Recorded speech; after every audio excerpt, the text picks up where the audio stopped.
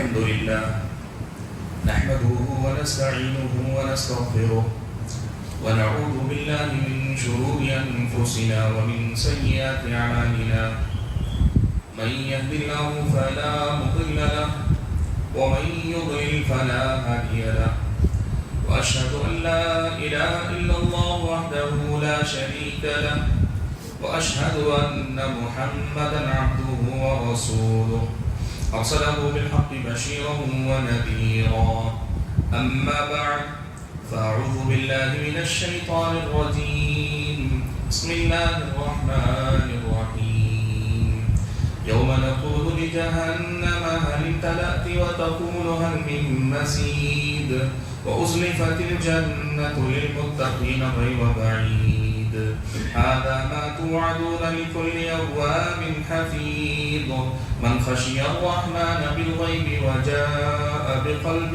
منيب ادخلوها بسلام ذلك يوم الخلود لهم ما يشاءون فيها ولدينا مزيد وكم أهلكنا قبلهم من قوم هم أشد منهم بطشا فنقبوا في البلاد هل من محيص إن في ذلك لذكرى لمن كان له قلب أو ألقى السمع وهو شهيد ولقد خلقنا السماوات والأرض وما بينهما في 6 أيام وما مسنا من لغوب فاصبر على ما يقولون وسبح بحمد ربك قبل طلوع الشمس وقبل الغروب ومن الليل فسبح وأدبار السجود واستمع يوم ينادي المناد من مكان قريب يوم يسمعون الصيحة بالحق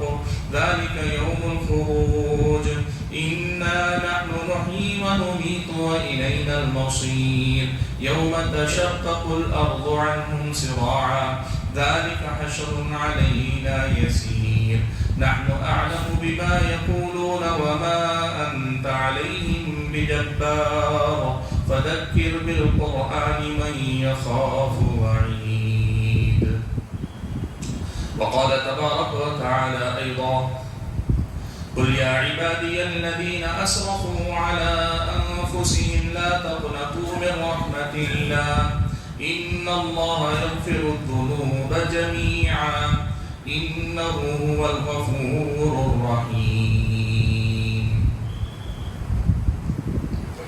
بزرگان محترم ملت اسلامی کے نوجوانوں اور پردہ نشین خواتین اسلام اللہ رب الجلال ہم سب کا تنہا خالق تنہا مالک اور ہم سبھی کا تنہا معبود برحق ہر قسم کی تعریف و توصیف ہر طرح کی حمد و ثنا اور میری اور آپ سبھی حضرات اور خواتین کی ہر ایک عبادت ہماری اور آپ کی ہر ایک ریاضت اور بندگی کا اکیلا اور تنہا مستحق رب ہے معبود برحق ہے جس کی بندگی میری اور آپ کی زندگی کا مقصد ہے اور جس کی بندگی میں ہماری زندگی کا گزرنا ہمارا سب سے بڑا کمال سب سے بڑا کارنامہ اور دنیا اور آخرت دونوں ہی مقامات پر کامیابی اور کامرانی کی ضمانت ہے درود و سلام نبی آخر الزمان پیارے نبی محمد صلی اللہ علیہ وسلم کے ذات گرامی پر جنہیں اللہ تبارک و تعالیٰ نے اپنا آخری نبی و رسول بنا کر بھیجا جنہیں اللہ تبارک و تعالیٰ نے جو دین دے کر بھیجا اس کا عملی نمونہ اور مثالی نمونہ بنا کر بھیجا جنہوں نے اللہ تعالیٰ کے دین کی ہر بات کو ہمیں پڑھایا بھی سکھایا بھی عمل کر کے خود کو نمونے کے طور پر ہمارے سامنے پیش فرمایا بھی اور رہتی دنیا تک ہماری اور آپ کی دینی ضرورتوں کے لیے اپنی سیرت کو ایک مثال اور اپنی سیرت کو ہمارے اور آپ کے سامنے ایک نمونے کے طور پر پیچھے چھوڑ کر اس دنیا سے رخصت ہوئے حاضرین جمعہ ماہ رمضان کی بابرکت سعادتیں ہم اور آپ کو نصیب ہے ابھی ہم نے ماہ رمضان شروع ہی کیا تھا اور آج دیکھیے تقریباً آدھا رمضان لگ بھگ ہمارا اور آپ کا گزر چکا ہے ہمارے اور آپ کے لیے یہ جو گھڑیاں اللہ تبارک و تعالیٰ نے نصیب فرمائی ہیں یہ ہماری سعادت مندی یہ ہماری اور آپ کی خوش قسمتی، یہ اللہ تبارک و تعالیٰ کا انعام ہے کہ اللہ تعالیٰ نے ہم اور آپ کو یہ گھڑیاں نصیب فرمائی۔ یہ جب آتی ہیں تو لگتا ہے کہ ایک پورا مہینہ ہمارے سامنے ہے، لیکن جب یہ گزر جاتی ہیں تو واقعی معنوں میں لگتا ہے کہ قرآن میں اللہ نے کہا ایاما معدودات، یہ گنے چنے چند دن ہیں، گزرنے کے بعد لگتا ہے کہ واقعی یہ صرف چند دن تھے۔ آپ ابھی پیچھے پلٹ کر دیکھ لیجئے کہ واقعی معنوں میں 12-13 دن میرے اور آپ کے رمضان کے گزر چکے ہیں، کیا محسوس نہیں ہوتا ہے؟ ایسی صورت میں ہماری اور آپ کی ایک بہت بڑی ذمہ داری بنتی ہے کہ یہ ہاتھ سے پھسلتی ہوئی ریت کے مانند ہے، جیسے زندگی آدمی کی دم بدم ختم ہوتی جا رہی ہے، ماہ رمضان بھی اسی طرح قدم بقدم ہم سے چھوٹتا جا رہا ہے۔ دوسرے الفاظ میں اللہ کی رضا اور خوشنودی کو پانے کے یہ جو بابرکت ایام اللہ تعالیٰ نے مجھ اور آپ کو نصیب فرمائے ہیں، یہ ہمارے اور آپ پر سے بڑی تیزی سے گزرتے چلے جا رہے ہیں، یہ ہم اور آپ کی ایام سے بڑی تیزی سے گزرتے چلے جا رہے ہیں۔ دیکھنا یہ ہے کہ ہم اور آپ کے واقعی معنوں میں اس رمضان کا جو مقصد تھا، اس رمضان سے اللہ تعالیٰ نے جو فوائد ہمارے اور آپ کے وابستہ رکھے ہیں، ہم ان مقاصد کو حاصل کرنے میں کامیاب ہو پا رہے ہیں کہ نہیں ہو پا رہے ہیں؟ کیا ماہ رمضان سے ہم اور آپ واقعی معنوں میں ویسے فائدہ اٹھا پا رہے ہیں جیسے ہم اور آپ کو فائدہ اٹھانا چاہیے؟ یہ سعادت، یہ بابرکت مہینہ اللہ تعالیٰ نے بہت سارے ایسے لوگوں کو نہیں نصیب فرمایا جو پچھلے رمضان میں تھے، آج ہمارے درمیان نہیں۔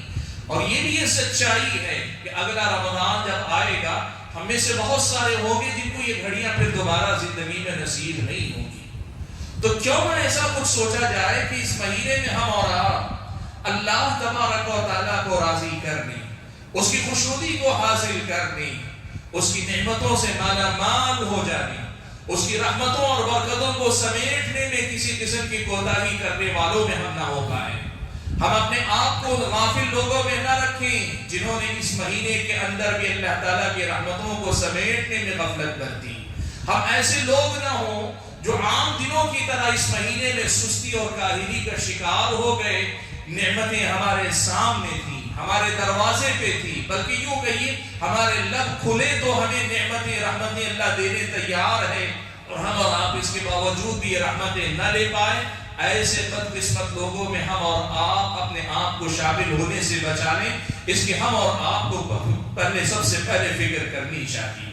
حاضرین گرامی قدر، ماہ رمضان کی برکتوں کو پانے کا طریقہ کیا ہے؟ بہت آسان طریقہ۔ آپ کو اور ہم کو کچھ نیا اور کوئی غیر معمولی کرنے کی ضرورت نہیں۔ اس مہینے میں جو خصوصی عبادتیں، جو خصوصی اعمال، جو خصوصی نیکیاں کتاب و سنت میں ہم اور آپ کو سکھلائی بتلائی گئی ہیں، ان نعمتوں کی حفاظت کرنے، ان عبادتوں کی حفاظت کرنے، بہت زیادہ کچھ غیر معمولی کرنے کی ضرورت نہیں، اپنی جان پر کوئی بوجھ لینے کی ضرورت نہیں۔ بہت آسانی کے ساتھ اس رمضان کی یا ہر رمضان کی اللہ تعالیٰ نے جو مشروع عبادتیں رکھی، جو مسنون عبادتیں اللہ تعالیٰ نے اسلامی شریعت میں ہم اور آپ کو بتائی ہیں، ان عبادتوں کی پابندی کر لیں کہ ان کی پابندی ہی سے ہم اور آپ اپنے مقصد کو کامیابی سے ہمکنار کر لیں گے۔ ہم اپنے مقصد کو پالیں گے اگر رمضان کو اس کے مقاصد سے جوڑ کر دیں گے۔ اس مہینے کی عبادتوں کا مختصر پہلے تذکرہ کر لوں۔ سب سے پہلے تو اس مہینے کے روزے رکھنے، ہر مستقل انسان کو روزہ رکھنا ہے۔ ماہ رمضان کی پہلی عبادت روزہ ہے، جو کہ اسلام کا ایک فرض رکن اسلام ہے۔ ہر مسلمان جو مستطیع ہے اسے یہ روزہ رکھنا چاہیے۔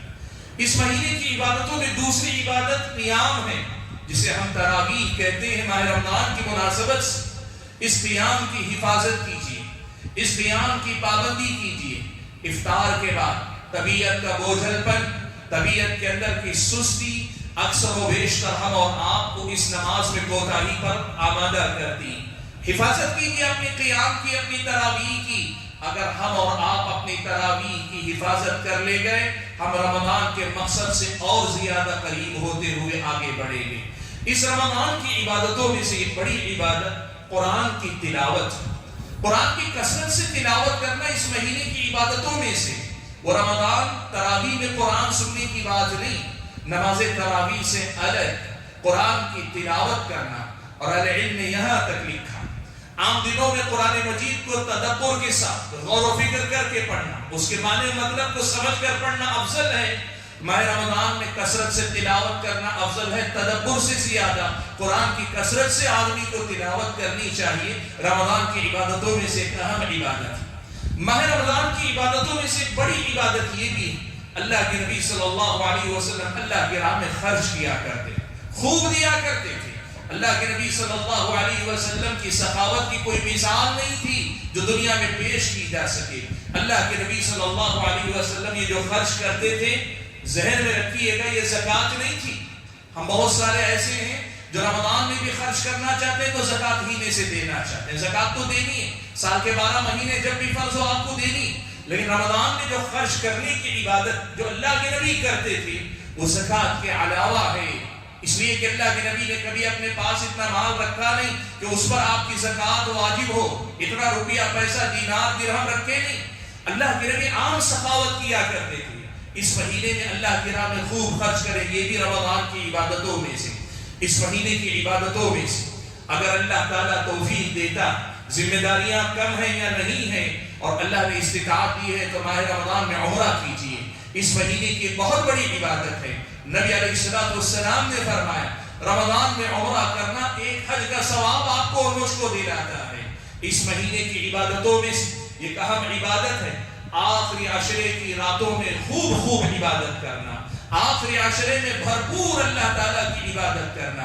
نبی علیہ السلام کا طریقہ تھا اذا دخل العشر شد منزرہ، اللہ کے نبی صلی اللہ علیہ وسلم جب آخری عشرے میں داخل ہوتے یا آخری عشرہ رمضان کا شروع ہو جاتا، آپ صلی اللہ علیہ وسلم کمر کس لیتے، بھرپور عبادت کیا کرتے تھے۔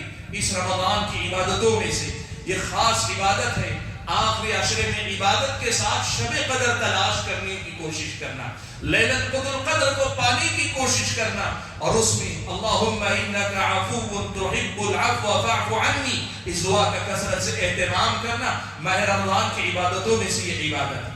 اس رمضان کی یا ہر رمضان کی عبادتوں میں سے ایک عبادت یہ بھی ہے کہ بندہ اعتکاف میں بیٹھے، اعتکاف میں رہے، آخری عشرہ پورا کا پورا اعتکاف میں بیٹھے۔ یہ رمضان کی مشروع اور مسنون عبادتوں میں سے، ماہ رمضان کی عبادتوں میں سے صرف یہ نیکیاں کرنا ہی نہیں، ان کے ساتھ ساتھ 5 وقتہ نمازوں کی باجماعت پابندی جو ہر دن کرنی ہے، رمضان میں خصوصی طور پر کرنی ہے۔ سنتوں کا اہتمام جو عام دنوں میں بھی کرنا، ان دنوں میں بھی بکثرت کرنا ہے۔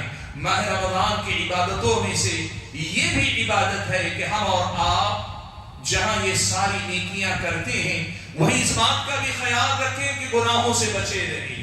نبی علیہ السلام نے روزے دار جھوٹ بولنے سے روکا، اللہ کے نبی صلی اللہ علیہ وسلم نے روزے دار کو جھگڑا کرنے سے روکا، نبی علیہ السلام نے روزے دار کو فحش گوئی بد کلامی سے اللہ کے نبی صلی اللہ علیہ وسلم نے روکا۔ آدمی کو چاہیے کہ اپنے آپ کو گناہوں سے بھی روکے رکھے۔ دین میں ہمیشہ یہ دونوں پہلو ساتھ میں چلتے ہیں، نیکیاں کرنی ہیں، گناہوں سے روکنا ہے، اچھائیوں میں آگے بڑھنا ہے، برائیوں میں پیچھے ہٹنا ہے۔ یا باغی الخیر اقبل، اے نیکیوں کے خیر کے چاہنے والے آگے بڑھ کر آ، وَيَا بَاغِيَ الشَّرِّ أَقْصِرْ، اے برائیوں کی تلاش میں جینے والے اب تو کم از کم باز آ جا۔ یہ نیکیوں میں آگے بڑھنا اور برائیوں میں پیچھے ہٹنا، یہ اس رمضان کی یا ہر رمضان کی خصوصی عبادتوں میں ہمارے اور آپ کے پاس ہونا چاہیے۔ حاضرین گرامی قدر، یہ کچھ عام بنیادی کا عبادتیں، کم سے کم ہم اور آپ ان عبادتوں کا اہتمام کر لیں، میرا اور آپ کا رمضان اپنے مقاصد کی کامیابی میں اپنے مقاصد کے حصول میں کامیاب ہو جائے گا، اور ہم اور آپ واقعی معنوں میں اللہ تبارک و تعالیٰ کے پاس اس کے مقرب بندے بنا دیے جائیں گے۔ حاضرین گرامی قدر، اس بنیادی بات کو آپ کے سامنے یاد دلانے کے بعد خصوصی طور پر میں جو بات آج کے اس خطبہ جمعہ میں آپ کو سب کو یاد دلانا چاہتا ہوں، اور میں اپنے آپ کے لیے بھی یاد دہانی کرنا چاہتا ہوں، وہ یہ کہ رمضان کے مقاصد میں سے بہت بڑا مقصد یہ ہے کہ اس رمضان میں ہماری اور آپ کی مغفرت ہو جائے، ہم دھل دیے جائیں، ہمارے گناہ مٹا دیے جائیں، ہمیں صاف کر دیا جائے، زندگی ہماری اور آپ کی اس سفید کپڑے کی طرح ہو جائے جس پر دھلنے کے بعد کوئی داغ دھبا باقی نہ رہے۔ بندہ مومن ویسا بن جائے جیسا وہ اپنی ماں کے پیٹ سے نکل کر دنیا میں آیا تھا، اپنے گناہوں کی مغفرت کی فکر کرنا، رمضان گزرنے سے پہلے پہلے اللہ تعالیٰ کے پاس اپنے گناہوں کی صفائی حاصل کر لے، اللہ کے پاس مغفرت کا پروانہ حاصل کر لینا، یہ رمضان کے مقاصد میں سے ایک اہم مقصد ہے، اس کو یاد رکھیے گا۔ پیارے نبی صلی اللہ علیہ وسلم اسی مقصد کو یاد دلاتے ہوئے فرمایا، جب آپ صلی اللہ علیہ وسلم پر منبر پر چڑھے 3 مرتبہ آپ نے آمین کہی، اور اللہ کے نبی صلی اللہ علیہ وسلم نماز سے فارغ ہوئے، صحابہ نے اللہ کے نبی سے پوچھا، اللہ کے نبی یہ تو آپ کا معمول نہیں تھا کہ آپ جب منبر پر چڑھے تب آمین کہیں، یہ آپ کا معمول نہیں تھا، پھر آج آپ نے آمین کیوں کہی؟ اللہ کے نبی نے 3 مرتبہ آمین کہنے کی 3 وجوہات بیان کی، اور ان میں سے ایک وجہ اللہ کے نبی نے بیان کی، کہا میں نے جب قدم رکھا جبرائیل امین نے یہ کہا کہ جس بندے کو اللہ تعالیٰ رمضان کا مہینہ نصیب فرمائے اور رمضان کا مہینہ گزر جائے اور وہ اپنے لیے اللہ تعالیٰ کی طرف سے مغفرت کا پروانہ حاصل کرنے میں ناکام ہو جائے، ایسا بندہ اپنی زندگی میں ناکام اور نامراد ہے، اس کی ناک خاک آلود ہو، وہ اپنی ناک مٹی میں رگڑے۔ یہ دعا جبرائیل امین نے کہی تو میں نے اس پر آمین کہی ہے۔ سبحان اللہ۔ بھائیو، اس کا مطلب یہ ہوا رمضان کامیابی سے ہمکنار اس کا ہوا جس کو اللہ تعالیٰ نے مغفرت کا پروانہ عطا کیا۔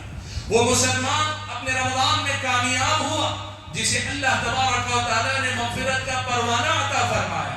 وہ بندہ جو اللہ کے سامنے مغفرت کا مستحق بن جائے، اپنے آپ کو جہنم سے آزاد کر لے، اپنے آپ کو اللہ تعالیٰ کی ناراضگی کے راستے سے ہٹا لے، اللہ تعالیٰ کو راضی کر لے جائے، اس حد تک کہ اللہ تعالیٰ اس کو معاف کر دے، درگزر کر دے، اس کے گناہوں کو مٹا دے، اس کے گناہوں پہ پردہ ڈال دے، اللہ تعالیٰ اس کو بالکل دھل دھلا کے صاف کر دے، وہ بندہ اصل میں کامیاب ہوا، اس بندہ مومن کا رمضان حقیقت میں کامیاب ہوا۔ اور یہ فیصلہ نبی علیہ السلام نے فرمایا، اللہ تعالیٰ رمضان کے ہر رات میں فرماتا ہے وَلِلَّهِ عُتَقَاءُ مِنَ النَّارِ، اللہ تعالیٰ کی طرف سے جہنم سے آزادی کے پروانے روزانہ دیے جاتے ہیں۔ روزانہ جہنم سے بہت سارے جہنم کے قیدی آزاد کیے جاتے ہیں، وہ جن کے اعمال نے انہیں جہنم سے باندھ دیا تھا، وہ جن کی بدعمالیوں کی وجہ سے وہ جہنم کے مستحق بن چکے تھے، وہ جن کے گناہ اس قدر زیادہ ہو چکے تھے کہ وہ اللہ کی نظر میں، اللہ کے نزدیک جہنمی لکھ دیے گئے تھے۔ وَلِلَّهِ عُتَقَاءُ مِنَ النَّارِ، اللہ تعالیٰ ایسے لوگوں کو جہنم سے آزاد کرتا جائے گا، آزادی کے پروانے دیتا چلا جائے گا۔ وَذَلِكَ كُلَّ لَيْلَةٍ، اور یہ فیصلے اللہ تعالیٰ ہر رات فرمائے گا۔ ماہ رمضان کی ہر رات اللہ تبارک و تعالیٰ یہ آزادی کے فیصلے سنائے گا۔ سبحان اللہ۔ اللہ کے بندو، سوچو اس مہینے کی 29 یا 30 راتیں، یہ 29 یا 30 موقع ہیں کہ ہم اور آپ اپنے آپ کو خوش قسمت لوگوں میں شامل کریں، اور خوش قسمت لوگوں میں اپنے آپ کو لے جائیں جنہیں اللہ تبارک و تعالیٰ جہنم سے آزاد کرتا ہے، جنہیں اللہ تعالیٰ جہنم سے آزادی کا پروانہ نصیب کرتا ہے۔ وہ دینے کے لیے آمادہ، وہ دینے کے لیے تیار، وہ معاف کرنے کے لیے تیار، وہ آزاد کرنے کے لیے تیار، وہ مغفرت کا پروانہ بانٹ رہا ہے۔ سوال یہ ہے کہ کیا ہم اور آپ واقعی معنوں میں اپنے آپ کو اس کا مستحق بنا پا رہے ہیں؟ کیا ہم اور آپ واقعی معنوں میں اللہ تعالیٰ کے پاس آزادی حاصل کر پا رہے ہیں؟ اس رمضان میں فکر اس کی کیجئے کہ ہم اور آپ اللہ تعالیٰ کے پاس جہنم سے آزاد ہو جائیں، اس لیے کہ اگر یہ نہ ہوا تو رمضان نہیں ہوا، یہ نہیں ہوا تو ماہ رمضان کا مقصد ہم اور آپ کو حاصل نہیں ہوا، مغفرت نصیب نہ ہوئی تو ہم اور آپ رمضان گزار لے گئے، یا رمضان ہم پر سے گزر گیا، لیکن گناہوں کے جس راستے سے گزر جانا تھا یا گناہوں کے پروانے کو جو ہم تک پہنچ جانا تھا اس میں ہم آپ ناکام اور نامراد قرار پائیں گے۔ حاضرین گرامی قدر، یہ ایک ایسا مقصد ہے جس مقصد کو ہمیں پہلے دن سے یاد رکھنا چاہیے، رمضان کے ہر پل یاد رکھنا چاہیے، اور رمضان کے اختتام تک اور زندگی کے اختتام تک ہم اور آپ کو اس کو یاد رکھنا چاہیے کہ ماہ رمضان میں ہمیں اللہ تعالیٰ سے مانگنا چاہیے کہ اللہ تعالیٰ ہمیں مغفرت کا پروانہ عطا فرما دے۔ سوال یہ ہے کہ ماہ رمضان میں اللہ تعالیٰ مغفرت کا پروانہ کیسے عطا فرمائے گا، یہ مقصد ہمیں کیسے ملے گا؟ آپ اگر احادیث پڑھ کر دیکھیں، احادیث میں نبی علیہ السلام نے ماہ رمضان سے متعلق اس کے 2 راستے بیان فرمائے۔ پہلا راستہ یہ کہ یہی عبادتیں جن کا تذکرہ بھی میں نے آپ کے سامنے کیا، نبی علیہ السلام نے فرمایا تم اللہ کی عبادت میں لگے رہو، اللہ تعالیٰ تمہارے گناہوں کو مٹانے میں لگا رہے ہیں۔ تم گناہوں کے پیچھے تم اللہ تعالیٰ کی عبادت کی فکر میں لگ جاؤ، اللہ تعالیٰ تمہارے گناہوں کو مٹاتا چلا جائے گا۔ حضرت ابو ہریرہ رضی اللہ تعالیٰ عنہ نے روایت فرمائی، اللہ کے نبی صلی اللہ علیہ وسلم نے فرمایا، کہا من صام رمضان ایمانا واحتسابا غفر له ما تقدم من ذنبه، جو آدمی رمضان کے روزے رکھے ایمان کی حالت میں، واحتسابا اللہ کے پاس اجر و ثواب کی امید رکھتے ہوئے، اللہ سے لالچ رکھتا ہے، اللہ سے امید رکھتا ہے، اللہ تعالیٰ سے ایک آرزو رکھتا ہے کہ اللہ تعالیٰ اس روزے کو قبول کر لے، وہ راضی ہو جائے، جو ایمان اور احتساب کے ساتھ روزہ رکھے گا، غفر له ما تقدم من ذنبه، اس کے پچھلے سارے گناہ معاف کر دیے جائیں گے۔ ومن قام رمضان ایمانا واحتسابا، جو رمضان کا قیام کرے گا، رمضان کا قیام ابتدا سے لے کے انتہا تک، ہر دن پورا قیام، انسان کے اندر جتنی استطاعت ہے اتنی استطاعت بھر قیام۔ من قام رمضان، جو رمضان میں قیام کر لے جائے، ایمان و احتسابا، ایمان رکھنے والا ہو اور ساتھ میں اللہ تعالیٰ سے اجر کی امید رکھتا ہو، غفر له ما تقدم من ذنبه، اس کے پچھلے سارے گناہ معاف کر دیے جائیں گے۔ ومن قام لیلۃ القدر ایمانا واحتسابا، اور جو آدمی شب قدر میں قیام کرے، شب قدر میں نماز پڑھے، شب قدر میں اللہ تعالیٰ کی عبادت کے لیے نماز قائم کرے، وہ پھر ایمان و احتسابا، ایمان رکھتے ہوئے اور اللہ تعالیٰ کے پاس اجر و ثواب کی امید رکھتے ہوئے، غفر له ما تقدم من ذنبه، اس کے پچھلے سارے گناہ معاف کر دیے جائیں گے۔ سبحان اللہ، روزہ مغفرت کا پروانہ، قیام مغفرت کا پروانہ، شب قدر کی عبادت مغفرت کا پروانہ، اور بل وقتہ نمازیں با جماعت بھی مغفرت کا پروانہ ہے۔ نبی علیہ السلام نے مثال دے کر بیان فرمایا کہ وہ بندہ، جو آدمی جس کے گھر کے سامنے، اللہ کے نبی نے کہا ذرا یہ بتاؤ، کسی کے گھر کے سامنے نہر بہتی ہو، روزانہ اس نہر میں 5 مرتبہ غسل کرتا ہو، کیا اس کے جسم پہ کوئی میل کچیل باقی رہے گا؟ صحابہ نے کہا اللہ کے نبی نہیں، کوئی میل کچیل باقی نہیں رہا، جن میں 5 مرتبہ غسل کرنے والا، نہانے والا۔ اللہ کے نبی نے کہا وَذَلِكَ مَثَلُ الصَّلَوَاتِ الْخَمْسِ، یہ سمجھ لو کہ دن میں 5 مرتبہ نماز پڑھنے والے نمازی کی بھی یہی مثال ہے کہ اس کی نماز اس کے گناہوں کو ویسے ہی دھل دیتی ہے جیسے فجر وقت 5 مرتبہ نہانے والے کا نہانا اسے میل کچیل سے پاک کر دیتا ہے۔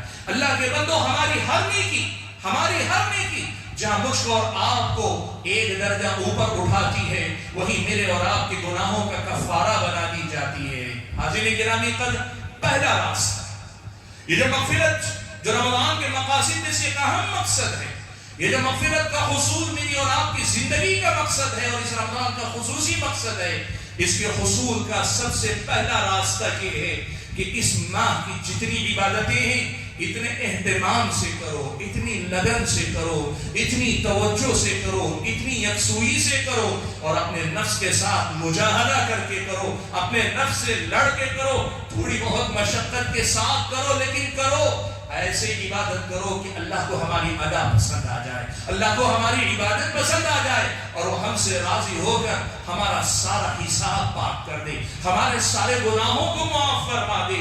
یہ پہلا راستہ ہے جہاں سے ہم اور آپ اپنے لیے مغفرت کا پروانہ حاصل کر سکتے ہیں۔ اور دوسرا راستہ یہ ہے کہ صرف ان عبادتوں پہ بس نہ کر کے اپنے گناہوں کو یاد کر کر کے اللہ تعالیٰ سے دعائیں کیا کرو، استغفار کرو، توبہ کرو، اللہ سے مانگو معافی اپنے گناہوں کی۔ وہ گناہ جو مجھے اور آپ کو یاد آتے ہیں ان کی بھی معافی مانگو، اور وہ گناہ جس کو کر کے ہم بھول گئے لیکن میرے اور آپ کے اعمال نامے میں درج ہیں، گناہ کر کے ہم یاد نہیں رکھ سکے لیکن جنہوں نے لکھا وہ لکھ کر رکھے ہوئے ہیں، ان گناہوں سے اللہ تعالیٰ کے سامنے معافی مانگو، استغفار کرو، اللہ تبارک و تعالیٰ کے سامنے توبہ و استغفار کثرت سے کیا کرو۔ سبحان اللہ، دیکھو شب قدر جیسی رات خیر من الف شہر، 1000 مہینوں سے زیادہ بہتر ہے۔ میں عائشہ نے اللہ کے نبی سے پوچھا، اے اللہ کے نبی، یہ جو رات ہے شب قدر، اگر مجھے یہ رات مل جائے تو میں کیا خاص دعا کروں، میں کیا خاص اللہ تعالیٰ سے مانگوں؟ نبی علیہ السلام نے کوئی لمبی چوڑی دعا نہیں سکھلائی، ایک دعا سکھلائی، مختصر دعا سکھلائی، لیکن جامع دعا اللہ کے نبی نے سکھلائی. کہا یہ دعا کرو، اللہم انک عفو تحب العفو فاعف عنی. اے اللہ تعالیٰ تو العفو ہے، معاف کرنے والا ہے، تجھے معاف کرنا پسند ہے، فاعف عنی مجھے معاف کر دے. آپ ذرا سوچو، اللہ سے استغفار، اللہ سے توبہ، اللہ سے معافی مانگنا، اللہ کے سامنے اپنے صفائی طلب کرنا، کہنا اللہ مجھے پاک کر دے، یہ کتنی بڑی عبادت ہوگی، یہ کتنی بڑی نیکی ہوگی، یہ کتنا اہم معاملہ ہوگا کہ شب قدر میں مائی عائشہ نے خصوصی طور پہ پوچھا کہ اس رات کی خاص کیا دعا ہو. اللہ کے نبی نے ایک دعا سکھائی تو وہ معافی طلب کرنے کی دعا سکھائی. اس لیے بھائیو، اس رمضان میں کثرت سے اپنے لیے توبہ و استغفار کیا. اللہ تبارک و تعالیٰ سے مانگو. گناہ میرے اور آپ کے بہت زیادہ ہے، اور یقیناً بہت زیادہ، لیکن چاہے جتنے گناہ ہو جائیں، چاہے جتنے گناہ ہو جائیں، ایک بات یاد رکھنا، اللہ تعالیٰ کی مغفرت اور اس کی رحمت کی وسعت اس قدر زیادہ ہے، سارے انسانوں کے سارے گناہ اس میں سما جاتے ہیں. اللہ تعالیٰ سب معاف کر دیتا ہے، اللہ تعالیٰ سب درگزر کر دیتا ہے، سارے گناہ معاف کر سکتا ہے. تنہائی میں گناہ کیے ہوں گے، لوگوں کے سامنے گناہ کیے ہوں گے، چھوٹے چھوٹے گناہ کیے ہوں گے، بہت بڑے بڑے گناہ کیے ہوں گے. ہم نے جو بھی گناہ کیے ہیں، ہمارے اور آپ کے گناہ سچی توبہ چاہتے ہیں، صرف ایک سچا فیصلہ چاہتے ہیں. اللہ کے سامنے گڑ گڑا کے اپنے گناہوں کی معافی مانگو. دیکھو قرآن کی آیت جو میں نے آپ کے سامنے پڑھی، اس آیت میں اللہ تبارک و تعالیٰ نے کتنے پیارے انداز میں ہم اور آپ سے خطاب کیا. کہا قل، اے اللہ کے نبی کہہ دیجئے، یا عبادی الذین اسرفوا علی انفسہم، میرے وہ بندو جنہوں نے اپنے نفسوں پہ ظلم کیا، میرے وہ بندو جنہوں نے گناہ کر کر کے اپنے آپ پہ ظلم کیا ہوا ہے، لا تقنطوا من رحمت اللہ، تم کبھی بھی اللہ تعالیٰ کی رحمت سے مایوس مت ہو. تم نے چاہے جتنے گناہ کیے ہو، آج آپ اور میں یہاں بیٹھے یا کھڑے ہیں جہاں بھی ہیں، آج اگر ہم اور آپ کو یہ لگتا ہے بڑا گنہگار ہوں، گناہوں میں لطفت ہوں، ڈوبا ہوا ہوں، چاہے جتنے گناہ کیا ہو، الذین اسرفوا علی انفسہم، صرف ظلم نہیں کیا، ظلم کی انتہا کر دی، اپنے نفسوں پہ ظلم کرنے میں انتہا کر دی، بے انتہا ظالم اپنے آپ میں بن گئے ہو. لا تقنطوا من رحمت اللہ، اللہ کی رحمت سے مایوس مت ہو. ان اللہ یغفر الذنوب جميعا، اللہ سارے گناہ معاف فرما دے گا. انہ هو الغفور الرحیم، یقیناً وہی بخشنے والا، رحم کرنے والا، وہ غفور ہے، وہ رحیم ہے. اسے یا غفور یا رحیم کے نام سے پکارو، اس سے مغفرت مانگو، اس سے رحمت طلب کرو، وہ رحم کرے گا، وہ مغفرت کا پروانہ دے گا، معاف فرمائے گا. اپنے گناہوں کی معافی مانگو. اور اگر احادیث مبارکہ کو دیکھو، سبحان اللہ، پیارے نبی صلی اللہ علیہ وسلم نے کتنے پیارے انداز میں ہمیں دعوت دی. سنن ترمذی کی روایت ہے، حضرت انس بن مالک رضی اللہ تعالیٰ عنہ راوی ہیں، فرماتے ہیں نبی علیہ الصلوۃ والسلام نے فرمایا کہ اللہ تبارک و تعالیٰ نے فرمایا، حدیث قدسی ہے، فرماتے ہیں کہ اللہ تعالیٰ نے فرمایا کہ یا ابن آدم، اے آدم کے بیٹے، ہم میں سے ہر ایک مخاطب، ہم میں سے ہر ایک آدمی مخاطب، رب ذوالجلال مجھ سے اور آپ سے خطاب کر رہا ہے. یہ آپ نے آپ کو مخاطب کر کے سمجھے گا. یا ابن آدم، اے آدم کے بیٹے، انک ما دعوتنی ورجوتنی غفرت لك على ما كان منك ولا ابالي. اللہ نے فرمایا کہ آدم کے بیٹے، جب تک تم مجھ سے امید رکھے گا اور جب تک تم مجھ سے معافی مانگتا رہے گا، میں معاف کرتا جاؤں گا، مجھے کوئی پرواہ نہیں کہ تیرے گناہ کتنے ہیں. سبحان اللہ. یا ابن آدم لو بلغت ذنوبك عنان السماء، اے آدم کے بیٹے، اگر تیرے گناہ آسمان کے بادلوں تک جا پہنچے، تو نے گناہ اتنے کیے کہ تو نہیں، تیری زمین پوری بھر گئی، اور زمین بھرنے کے بعد اب آسمان تک تیرے گناہ جا پہنچے، تیرے گناہ آسمان کے بادلوں تک جا پہنچے ہیں. اللہ تعالیٰ نے فرمایا لو بلغت ذنوبك عنان السماء ثم استغفرتنی، پھر بھی اگر تم مجھ سے معافی مانگے گا، مجھ سے مغفرت طلب کرے گا، غفرت لك على ما كان منك ولا ابالي، میں تجھے معافی کا پروانہ دے دوں گا، مجھے کوئی پرواہ نہیں کہ تیرے گناہ کتنے تھے. اللہ تعالیٰ نے آگے فرمایا یا ابن آدم، اے آدم کے بیٹے، لو اتیتنی بقراب الارض خطایا، زمین بھر گناہ لے کر میرے پاس آئے گا، لاتیتک بقرابها مغفرہ، اتنی ہی مغفرت کا پروانہ لے کر میں تجھ تک آؤں گا. اللہ کے بندو، وہ معاف کرنا چاہتا ہے، وہ ہم اور آپ کو درگزر کرنا چاہتا ہے، وہ ہمارے اور آپ کے گناہوں کو مٹانا چاہتا ہے۔ سوال یہ ہے کہ کیا ہم اور آپ واقعی معنوں میں اپنے گناہوں کو مٹانا چاہتے ہیں؟ ہم اور آپ کے واقعی معنوں میں وہ مغفرت کا پروانہ حاصل کرنا چاہتے ہیں؟ اللہ تعالیٰ تو رمضان میں اور غیر رمضان میں ہمیشہ معاف کرنا چاہتا ہے۔ ماہ رمضان تو خصوصی طور پہ مغفرت کے حصول کا مہینہ، رمضان کے مقاصد میں سے ایک مقصد یہ بھی ہے، تو اپنے آپ کو اس مغفرت کا مستحق کیوں نہ بنایا جائے۔ حاضرین گرامی قدر، یہ بات بھی یاد رکھیے گا، یہ گناہوں کی معافی یہ میرے اور آپ کے رمضان کے اختتام تک حاصل ہونے کا مقصد نہیں، یہ پہلے دن حاصل ہو جانا چاہیے۔ کیوں معلوم ہے آپ کو؟ ایک بات یاد رکھیے گا، عبادتیں جو بوجھل لگتی ہے نا، عبادتوں میں دل ذرا کم جو لگتا ہے نا، عبادتیں جو ذرا مشکل نظر آتی ہے نا، اس کی وجہ صرف یہ نہیں ہے کہ میرے اور آپ کا جسم بہت موٹا ہو گیا ہے، یا اس کی وجہ صرف یہ نہیں ہے کہ ہم کھا پی کے بہت زیادہ مست ہو کر آتے ہیں۔ یہ ظاہری اسباب ہیں۔ یاد رکھنا، عبادتوں کے بوجھل ہونے کی ایک بہت بڑی وجہ، اور حقیقت میں دیکھو تو سب سے بڑی وجہ یہ ہوتی ہے کہ یہ میرے اور آپ کے گناہوں کا بوجھ ہے جو عبادتوں کو بوجھل بنا دیتا ہے۔ جس کی زندگی میں گناہوں کا بوجھ ہونا، اس آدمی کی طبیعت اس قدر بوجھل ہو جاتی ہے کہ عبادت اس کے لیے مشکل نظر آتی ہے۔ استغفار، یہ توبہ، یہ اللہ کے سامنے گڑ گڑانا، یہ اللہ کے سامنے معافی مانگنا، اس کے کئی فائدے، ان فائدوں میں سے بڑا فائدہ یہ ہے کہ اللہ تبارک و تعالی ہماری اور آپ کی پیٹھ پہ سے گناہوں کا یہ بوجھ اتار دیتا ہے۔ اللہ تعالیٰ میری اور آپ کی پیٹھ سے گناہوں کا یہ بوجھ گرا دیتا ہے۔ ہم ہلکے پھلکے ہو جاتے ہیں، عبادت میں پھر دل لگنے لگتا ہے، پھر شوق بڑھنے لگتا ہے، عبادت پھر آسان کر دی جاتی، عبادت میں پھر لذت آنے لگتی، عبادت میں پھر بندے کو مزہ ملنے لگتا ہے۔ شرط یہ ہے کہ اپنی پیٹھ پر اٹھایا ہوا گناہوں کا بوجھ اتارنے میں کامیاب ہو جائے۔ اسی لیے یہ نہ سوچو کہ ابھی رمضان باقی ہے، رمضان کے اختتام تک میں مغفرت مل گئی تو میں کامیاب ہو جاؤں گا۔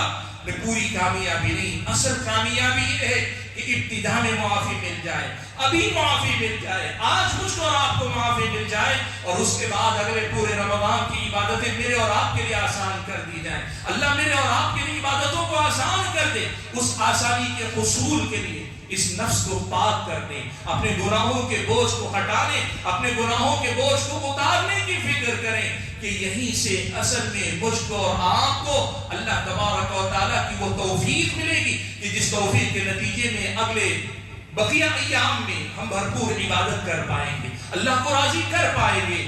جو اب تک نہ کر سکے وہ نیکی کر پائیں گے، اور جو نیکی اب تک صحیح ڈھنگ سے نہیں کر پائے وہ زیادہ بہتر طریقے سے ہم اور آپ کر پائیں گے۔ اپنے گناہوں کے بوجھ کو اتارنے کی کوشش کریں۔ سبحان اللہ۔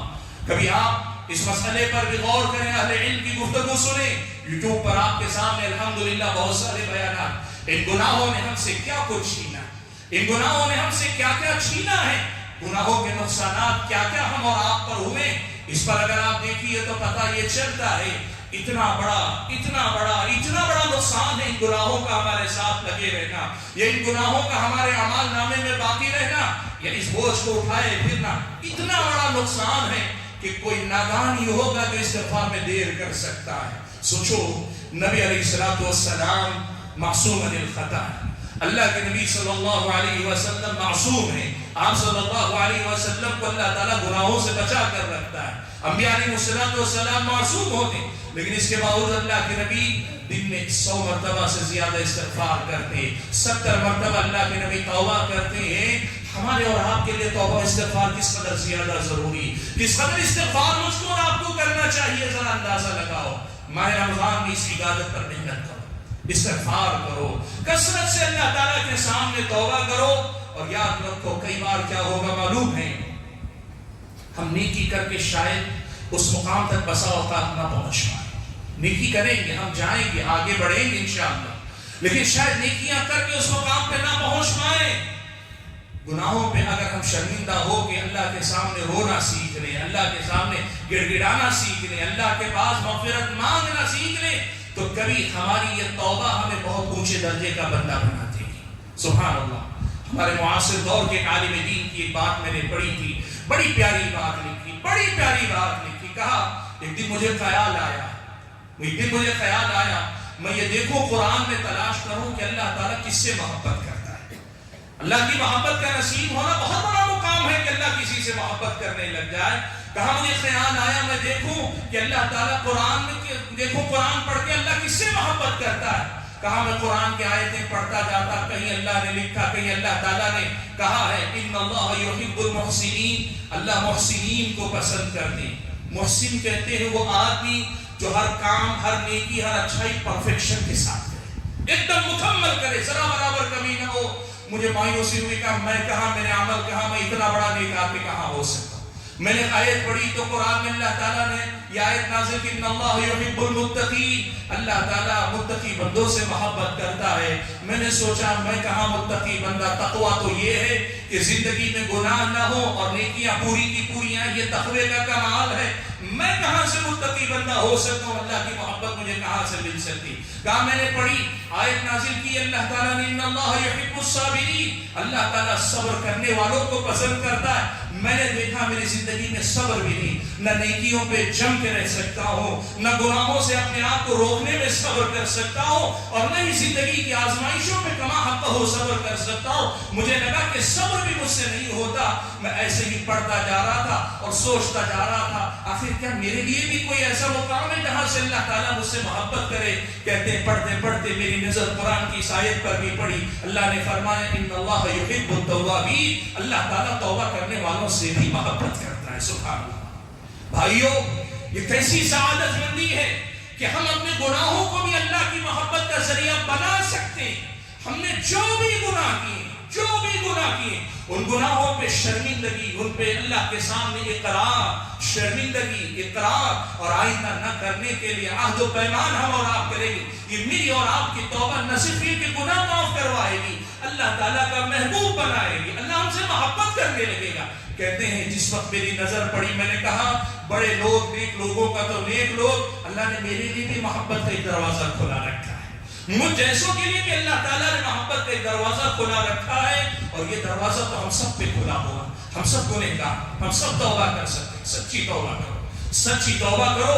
اس مہینے کو سچی توبہ کا مہینہ بناؤ, ایک ایسا مہینہ جو واقعی معنوں میں میری اور آپ کی زندگی بدل کر رکھ دے. واقعی معنوں میں توبہ کرو کہ اللہ تبارک و تعالیٰ مجھ کو اور آپ کو معافی کا پروانہ عطا کر دے. حاضرین گرامی پر بات لمبی ہوگی اگر میں مزید کچھ باتیں آپ کے سامنے کہنا چاہوں, لیکن کہنا کیا چاہتا ہوں, ماہ رمضان کے مقاصد میں سے بہت بڑا مقصد ہے مغفرت کا حصول. اللہ تعالیٰ کی مغفرت کے ہم مستحق بنا دیے جائیں. میں نے آپ کے سامنے یہ بات ذکر کی کہ یہ دونوں راستے ہیں. ایک راستہ یہ کہ نیکیاں جو رمضان کی ہیں کرو کہ ان پر اللہ نے مغفرت کا وعدہ کیا ہے, اور دوسری طرف یہ کہ توبہ و استغفار کرو. اور کمال کیا ہے معلوم ہے, کمال یہ ہے کہ یہ دونوں راستے اپناؤ. ہم میں سے بہت ساری عبادتیں خوب کرتے ہوں گے, دعا توبہ و استغفار کی طرف سے غفلت ہوگی. ہم میں سے بہت سارے توبہ و استغفار بہت کرتے ہوں گے, لیکن عبادتوں میں کوتاہی ہوگی. رمضان کی نیکیوں میں ہم پیچھے ہوں گے. رمضان کے گنے چنے چند دن ہیں, ایام معدودہ, یہ چند گنے چنے دن ہیں. ان دنوں میں یہ دونوں راستے کھلے ہیں. نیکیوں میں مقابلہ کرو, مسابقہ کرو, آگے بڑھو, اور دوسری طرف مغفرت کے لیے اللہ کے سامنے گڑ گڑاؤ, اپنا دامن پھیلاؤ, اللہ کے سامنے معافی مانگو. اللہ تعالیٰ اگر مجھ کو اور آپ کو معافی دے دے, اور اللہ کرے ہم سب کو دے دے, اور یہ نصیب ہو گئی, ہم رمضان کے کو کامیاب بنا لے گئے, اپنی زندگی کو کامیابی سے ہم کنار کر لے گئے. میں اپنی گفتگو کو ختم کرتے ہوئے اللہ تبارک و تعالیٰ سے یہ دعا کرتا ہوں کہ اللہ تعالیٰ ماہ رمضان میں جو کچھ ہم سے اب تک ٹوٹی پھوٹی عبادتیں ہوئی ہیں ان کو اپنے فضل و کرم سے قبول فرما لے, اور جو رمضان باقی ہے اللہ تعالیٰ بھرپور عبادت کی توفیق ہم سب کو نصیب فرمائے. اللہ تعالیٰ ہمارے گناہوں کی سزا عبادتوں سے محرومی کی شکل میں ہمیں نہ دے. اللہ تعالیٰ مجھ کو اور آپ کو اپنے گناہوں کی مغفرت طلب کرنے والا مسلمان بنا دے. اللہ مجھ کو اور آپ کو سب کو اللہ تعالیٰ معاف فرما دے, مغفرت سب کو عطا کر دے. اس مہینے میں جن کو اللہ جہنم سے آزادی کا پروانہ عطا کرتا ہے, اللہ مجھے اور آپ کو سب خوش قسمت بندوں میں شامل فرمائے. اللہ تعالیٰ ہم اور آپ کو کہنے اور سننے سے زیادہ عمل کرنے کی توفیق عنایت فرمائے. ماہ رمضان کی رحمتیں, برکتیں, اس کی خیرات, اس کی اچھائیاں ہم سب کو نصیب فرمائے. اور اللہ تعالیٰ اس مہینے میں جو محروم ہوں گے ان میں ہم میں سے کسی کو شامل نہ کرے. اللہ تعالیٰ ہم اور آپ کو کہنے اور سننے سے زیادہ عمل کرنے کی توفیق عنایت فرمائے. آمین. وآخر دعوانا الحمدللہ رب العالمین.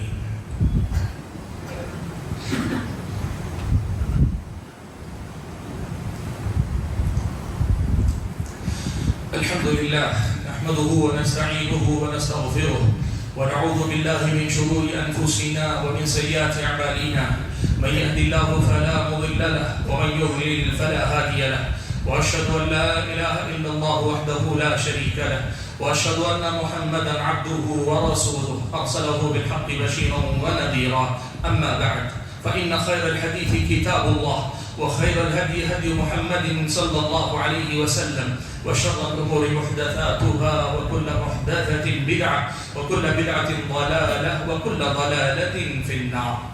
محترم حضرات اور خواتین اسلام، ماہ رمضان کی یہ بابرکت ساعتیں مجھ سے اور آپ سے نیکیوں کے میدان میں مقابلہ مسابقہ کرنے کا تقاضا کرتی ہیں، لہذا ہم اور آپ کسی بھی نیکی کو معمولی نہ سمجھیں. اللہ نے جو دیا ہے ہر نیکی کو اپنی استطاعت بھر کرنے کی کوشش کی، بالخصوص اللہ تعالیٰ کی راہ میں خرچ کرنے سے پیچھے نہ ہٹیں. اور اسی مناسبت سے میں یہ بات آپ کے سامنے ذکر کرنا چاہوں گا کہ الحمدللہ تقریباً 6 ماہ پہلے اس مسجد کی توسیع کے سلسلے میں زمین کی خریدی کے لیے آپ سے اپیل کی گئی تھی. آپ حضرات و خواتین نے بڑھ چڑھ کر حصہ لیا اور آج آپ کو یہ خوشخبری دیتے ہوئے مجھے بھی خوشی ہے، ذمہ داران کو بھی، کہ الحمدللہ اس مقصد کے حصول میں اللہ تعالیٰ نے کامیابی عطا فرما دی. 6 ماہ کے عرصے میں تقریباً 7 کروڑ روپے کے لگ بھگ کا جو پورا خرچ کا معاملہ تھا اللہ تعالیٰ نے پورا کروایا. اور بالخصوص اس میں آپ اسی مسجد کے احباب اور خواتین کا بڑا حصہ، میں نے اندازہ پوچھا تو بتایا تقریباً 80% حصہ اسی مسجد کے مصلی مرد و خواتین نے الحمدللہ لیا ہے. میری یہ دعا ہے رمضان المبارک کی اس گھڑی پر، رمضان المبارک کے اس مہینے میں ممبر پر کھڑے ہو کر میں یہ دعا کر رہا ہوں کہ اللہ تعالیٰ آپ سب لوگوں کے دیے ہوئے مال کو قبول فرما لے، آپ سب کے لیے اللہ تعالیٰ مغفرت کا پروانہ بنا دے، اور جو نہیں دے سکے ہیں لیکن دینے کی خواہش رکھتے تھے اللہ تعالیٰ ان کو بھی اجر و ثواب سے نواز دے، اور اس کے ساتھ دین کی راہ میں خیر و برکت کے میدان میں ہمیشہ ہم اور آپ کو آگے بڑھنے کے اللہ تعالیٰ توفیق عطا فرمائے. اللہ تعالیٰ ہم اور آپ کو نیکیوں میں آگے بڑھنے والا، برائیوں میں پیچھے ہٹنے والا بنا دے. آمین. وآخر دعوانا الحمدللہ رب العالمین. اعوذ باللہ من الشیطان الرجیم. ان اللہ یأمر بالعدل والإحسان وإیتاء ذی القربى وینہی عن الفحشاء والمنکر والبغی یعظکم لعلکم تذکرون. اذکروا اللہ یذکرکم وادعوہ یستجب لکم ولذکر اللہ اکبر واللہ یعلم ما تصنعون.